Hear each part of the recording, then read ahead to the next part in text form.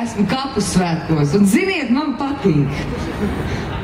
Tik daudz jaunu, skaistu ļaužu, un tik skaistu, nobriedušu ļaužu apkārt. Un vēl jo patīkamāk, ka tik daudz cilvēki tieši kapu svētkos uz mani skatās. Par nesadarbošanos. Jā, vispirms mēs gribējām šodien veikt tādu attīrīšanās darbu, sākot ar sevi. Un pietiek dzīvot ar to kompromisu sajūtu.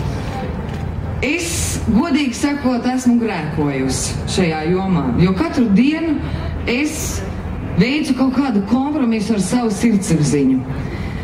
Un ziemā man zvanīja no mūsu brīnišķīgās pilsētas Ventspils un uzaicināja vadīt Ventspils jūras svētkus 9.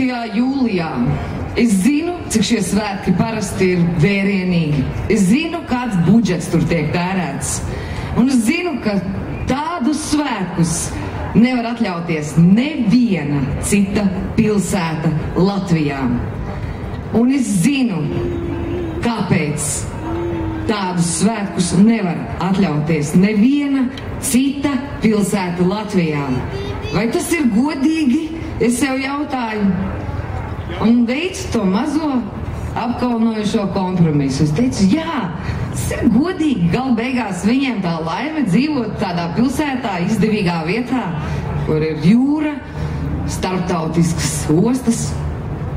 Un sev es aizmirsu atgādināt, ka tur ir arī viens cilvēks, kas ir iztirgojis manu zemi, kurš ir atņēmis, es ceru, ne līdz galam, bet tomēr mēģina atņemt maniem bērniem dzimteni.